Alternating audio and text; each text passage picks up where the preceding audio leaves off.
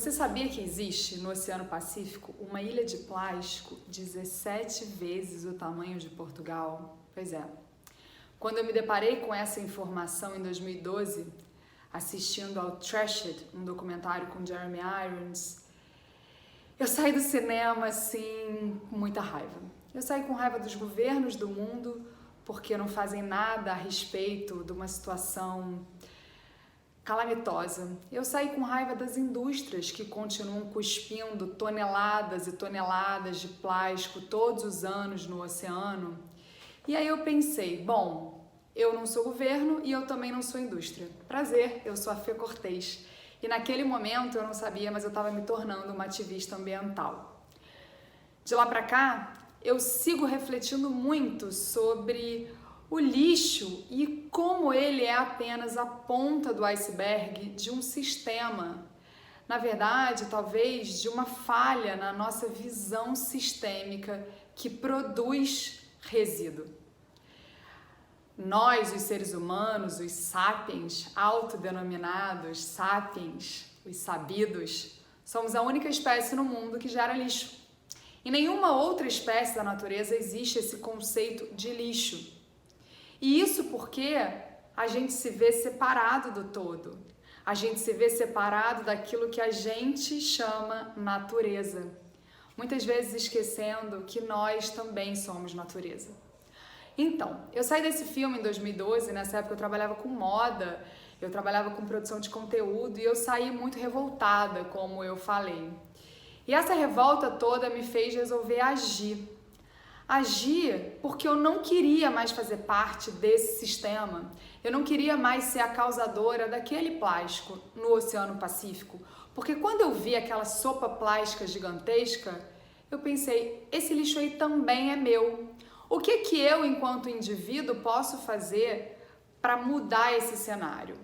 E eu comecei a usar um copinho, que na época não era esse daqui, que eu lancei depois, que ficava pequeno e andava comigo para onde eu fosse na minha bolsa. Dessa forma, eu consegui diminuir o meu impacto pessoal. Em um ano, usando esse copinho, eu deixei de usar 1.618 copos descartáveis.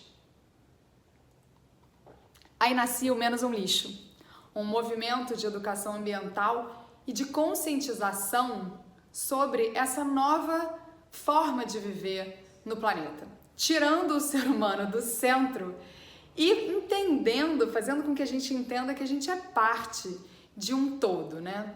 E aí, quando eu saí desse filme, eu fui estudar a agenda da sustentabilidade, da preservação ambiental, porque aquilo não era, assim, uma coisa que eu lia todos os dias, um assunto que estava, né, na minha cabeça toda hora. E quanto mais eu lia, mais eu percebia que a gente já tinha posse de dados, de fatos e de números que por si só deveriam fazer a humanidade mudar o rumo. Isso foi 2012, quase 10 anos atrás. 2021, a gente enfrenta uma grande pandemia global já há mais de um ano, que mostra pra gente de forma bem clara que todos estamos interconectados e todos dependemos da teia da vida para sobreviver. E a gente depende dessa teia da vida para sobreviver, ela não é um recurso. A gente ainda trata a natureza como recurso. E criando esse sistema que só a gente teve a capacidade brilhante de criar, que é resultado, né, de uma mentalidade de separação, a gente cria lixo. E o plástico é um desses lixos, porque a gente usa um dos materiais mais duráveis que a gente teve o brilhantismo de inventar para produtos descartáveis, que vão ficar até 5 minutos na nossa mão e depois, Oceano Pacífico. Bom, essa realidade ela é muito triste. Por conta desse movimento Menos um Lixo, eu fui nomeada defensora da ONU Meio Ambiente no Brasil na campanha Mares Limpos, que visa que a gente preserve os oceanos, né? Porque eles são fontes de vida, 50% do nosso oxigênio vem dos oceanos. Mas sempre ficou uma pulga atrás da orelha para mim, desde que eu comecei a estudar sustentabilidade, de por que a gente chegou nesse lugar. Por que a gente ainda despeja 12 milhões de toneladas de lixo plástico por ano nos oceanos? Por que a gente já produziu mais de 8,5 bilhões de toneladas de plástico desde que esse material foi inventado e a gente reciclou menos de 10%? Por que a gente vive dessa maneira? E não tem como a gente dissociar o lixo, a gente não tem como dissociar o descarte do sistema capitalista. A gente tem falado muito, né, de mudanças climáticas, é a grande agenda agora. A gente está na década da preservação da biodiversidade pela ONU, porque todas essas sinalizações, tudo que a gente descobre, são na verdade sintomas, mas a gente vai precisar resolver a causa.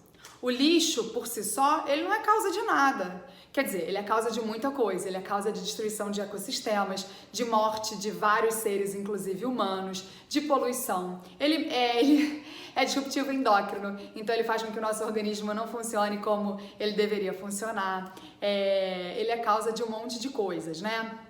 Mas ele também é consequência. Consequência de um sistema capitalista que não entendeu e não coloca em nenhum lugar das suas contas que a gente vive num planeta de recursos finitos. E eu coloco essas aspas nos recursos porque a gente chama a teia da vida de recursos. E eu insisto em falar isso porque a gente vai ter que fazer uma grande mudança de chave, uma grande mudança de lente com que a gente enxerga o mundo se a gente quiser permanecer aqui por mais alguns séculos. É uma escolha nossa, o planeta vai se reinventar. A gente é que não sabe se a gente vai estar aqui. Mas quando eu penso também nessa realidade, que a gente não sabe se a gente vai estar aqui, me dá uma tristeza profunda, porque somos seres capazes de usar nossa criatividade em tantas coisas maravilhosas, que a gente podia e pode ainda usar todo o nosso potencial, toda a nossa energia, toda a nossa capacidade de criação para regenerar o planeta, ajudar o planeta a se regenerar. A gente pode mudar esse paradigma de seres da destruição para agentes de regeneração, para agentes de restauração, para agentes criadores de vida, mantenedores de vida. Então, voltando para o capitalismo, que é o sistema que a gente ainda está, esse sistema se baseia em lucro para poucos e prejuízo para muitos. Porque quando a gente vê que em 2021, diante de todos os alarmes sobre a nossa casa que está pegando fogo e todas as pesquisas que comprovam, por exemplo, as mudanças climáticas, como é que até hoje a gente não tem um imposto de pegada de carbono em todos os produtos produzidos no mundo? Como é que até hoje a gente ainda permite que sejam feitas embalagens descartáveis se a gente sabe que a gente recicla pouquíssimo do plástico gerado no planeta todos os anos? No Brasil, a gente recicla menos de 3% do lixo. Quando a gente olha para o plástico, é apenas 1,28%. Por que a gente não mudou essa legislação para que a gente proibisse, por exemplo, a embalagem de plástico descartável? Já que a gente não tem como lidar com ela, a gente então vai ter que proibir. Porque nada disso entra na conta do capitalismo. Quando a gente definiu os parâmetros de precificação global, a gente esqueceu de colocar na conta o que a gente chama hoje de serviços ecossistêmicos, ou melhor, o dano aos serviços ecossistêmicos. Os serviços ecossistêmicos são a gente ter água para beber, a gente ter ar para respirar, a gente ter um equilíbrio climático, a gente ter biodiversidade, porque isso é o que mantém a gente vivo aqui. Mas isso não está na conta de produto nenhum. A gente ainda tem no mundo um mercado voluntário de carbono. Quando a gente entende que o nosso objetivo, um dos nossos grandes objetivos enquanto humanidade, é zerar essa emissão versus o que o planeta pode capturar de carbono. A gente ainda vive num modelo em que cada ano a gente entra no cheque especial ou no Global Overshoot Day, the Earth Overshoot Day, mais cedo. No ano passado, da pandemia, foi dia 22 de agosto. O ano anterior tinha sido 29 de julho. A gente, pela primeira vez, desde que esse número é mapeado, a gente chegou a gente retrocedeu um pouquinho por conta da pandemia. Por quê? Porque as máquinas pararam. E aí, quando a gente olha para o sistema capitalista, que hoje produz desigualdade mundial em larga escala, o Brasil voltou para o mapa da fome na pandemia por conta da economia, né? Por conta desse sistema. Vários outros países pobres estão enfrentando situações semelhantes. quando a gente vê que o resultado, o produto desse sistema, além da Ilha de Plástico do Pacífico, é a perda de 66% da biodiversidade de vida silvestre, a gente exterminou nos últimos 60 anos, a gente vê que a gente está num quadro de mudanças climáticas que a gente só pode elevar mais 1,5 graus centígrados a temperatura média do planeta. A gente vê que a gente tem cada vez mais eventos extremos como secas, como enchentes, como furacões no mundo. A gente já tem previsões de que a gente vai ter milhões de refugiados do clima. Por que a gente não muda? Por que a gente ainda olha para o lixo isoladamente, sem pensar sistemicamente? A gente vai precisar mudar a nossa lente, a gente vai precisar parar de compartimentalizar a década da restauração, mudanças climáticas, perda da biodiversidade. Isso tudo é uma coisa só. Isso tudo tem a ver com a forma como a gente vive, com a forma como a gente vê o mundo, com a forma como a gente se vê no mundo. O capitalismo, então, ele é um resultado também de valores de separação que a gente vem ancorando até hoje. A gente direcionou toda uma civilização com base em uma inteligência racional. Se a gente usa essa inteligência racional, a gente então resolve os problemas na nossa ilusão, porque a gente vem usando essa inteligência racional, produzindo documentos, produzindo alertas, dessa emergência, e a gente não conseguiu precificar o impacto dos produtos até hoje. A gente não conseguiu globalmente zerar o desmatamento, a gente não conseguiu globalmente zerar a emissão de carbono, a gente não conseguiu mudar a matriz energética. Porque o capitalismo, ele privilegia poucos e ninguém quer perder seu poder. Então ele gera muitos prejuízos compartilhados, ele gera uma grande desigualdade, ele gera muitas injustiças. Só que a raiz do capitalismo é a visão de separação. A raiz do capitalismo é essa visão de que a natureza está ali para a gente se servir dela. Quando, na verdade, a gente vai precisar se integrar. A gente vai precisar se reintegrar ao todo, entendendo que a gente não é mais especial, a gente é parte. A gente vai precisar repensar a nossa postura e olhar para a natureza como mestre. Afinal de contas, o que a gente chama como natureza, a teia da vida, Gaia, esse mega-organismo vivo, vem desenvolvendo as bases para a vida há alguns bilhões de anos.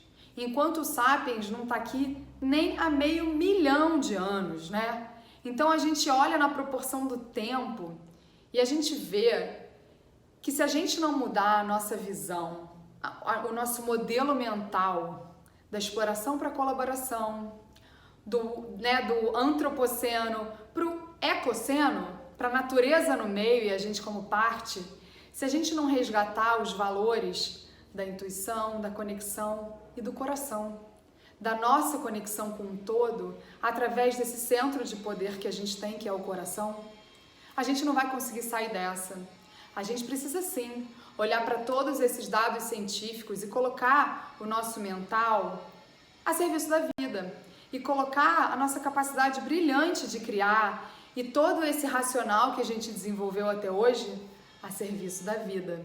A gente vai precisar olhar o lixo como um sintoma de uma causa muito maior e buscar formas regenerativas de viver aqui. E quando a gente fala de regenerar, a gente fala de restaurar relações. A gente fala de repensar relações como a base da teia da vida. Afinal, uma floresta, por exemplo, ela é nada mais, nada menos do que um grande conjunto de relações acontecendo o tempo inteiro de forma equilibrada, sistêmica e visando o coletivo, a sobrevivência de todas aquelas espécies que estão ali.